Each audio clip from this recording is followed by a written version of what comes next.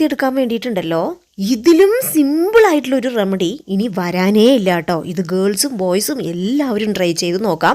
നിങ്ങൾക്ക് പാച്ചസ് ആയ ഭാഗത്ത് പുതിയ ബേബി ഹെയർ ഗ്രോത്ത് റീഗ്രോത്ത് ആവാനും മുടി നന്നായിട്ട് വളരാനും മുടിക്ക് ഉള്ളു വയ്ക്കാനും ഈ ഒരു എഫക്റ്റീവായിട്ടുള്ള റെമഡി അടിപൊളിയായിട്ട് സഹായിക്കും. അതിനായിട്ട് 1 ടേബിൾ സ്പൂൺ നിറച്ചും ഉലുവയെടുക്കുക. ജസ്റ്റ് ഒന്ന് വെള്ളം ഒഴിച്ച് അത് കഴുകിയെടുത്തതിന് ശേഷം ഇതിലേക്ക് കറക്റ്റ് ഒരൊറ്റ ഗ്ലാസ് വെള്ളം ഒഴിച്ച് അടച്ചു വയ്ക്കുക. പിറ്റേ ദിവസം രാവിലെ എണീക്കുമ്പോഴത്തേക്കും തന്നെ നമ്മുടെ ഉലുവ നല്ലതുപോലെ കുതിർന്ന് വന്ന് നമ്മുടെ വെള്ളത്തിലോട്ട് ഇറങ്ങിയിട്ടുണ്ടാവും. ഇത് നമ്മൾ അരിച്ചെടുത്തതിന് ശേഷം നിങ്ങളൊരു സ്പ്രേ ബോട്ടിൽ ഇത് സ്റ്റോർ ചെയ്ത് വെക്കുക.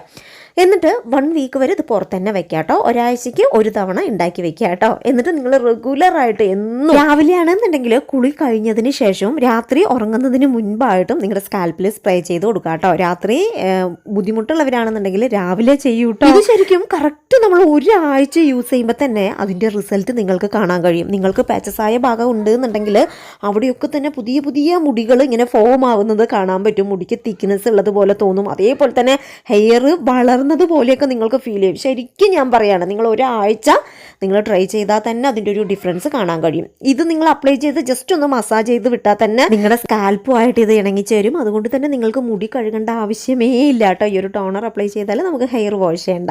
അപ്പോൾ ഇത് ട്രൈ ചെയ്ത് നോക്കിയിട്ട് ഫീഡ്ബാക്ക് പറയൂ കേട്ടോ.